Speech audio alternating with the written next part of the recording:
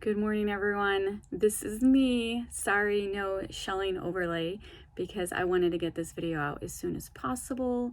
The city of Sanibel just issued a press release that the bridge is now open today. It wasn't supposed to open till Friday, so this is great news.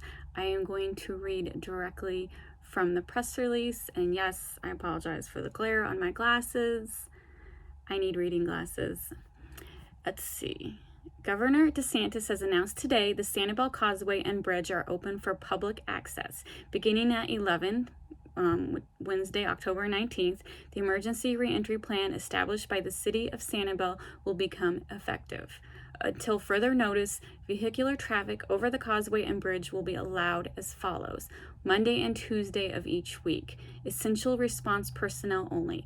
Emergency vehicles, debris management, electric providers, and water and sewer utility providers only on Monday and Tuesday. They're allowed to come the rest of the week too, but to help them get onto the island easier, only them allowed on Monday and Tuesday. No resident, business owner, property owner, and private contractor access on Monday and Tuesday of each week. You can still take a private boat to the island if you can't wait and you need to get on a Monday or a Tuesday.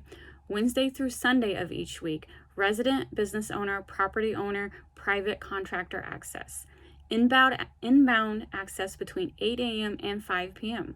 So it looks like there is going to be like a curfew.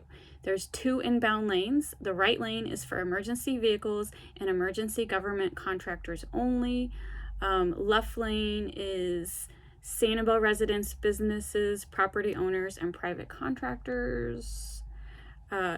A valid 2021 or 2022 Sanibel reentry permit must be prominently displayed when approaching the checkpoint.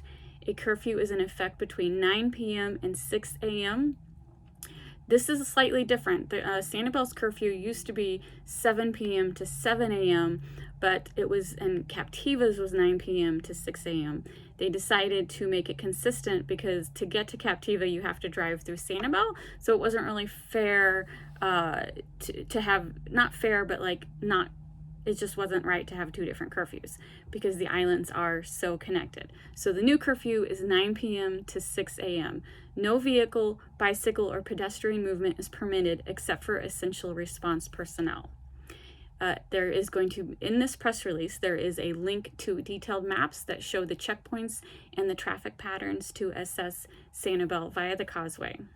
What to expect on Sanibel. Law enforcement presence. Remember, they added 60 extra law enforcement personnel from different precincts that are coming to help. Large construction vehicles are traveling throughout the island, which is mainly LCEC. LCEC bucket trucks restoring power poles and power lines. They have a new 20-mile-per-hour speed limit. Traffic congestion. Expect traffic congestion throughout Sanibel.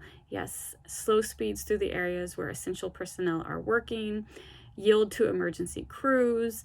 And emergency crews, when you think emergency, you're thinking like a fire department, but they mean anyone doing construction. Like yield to Crowder Gulf that's picking up all the debris. Anyone doing work, be considerate of them.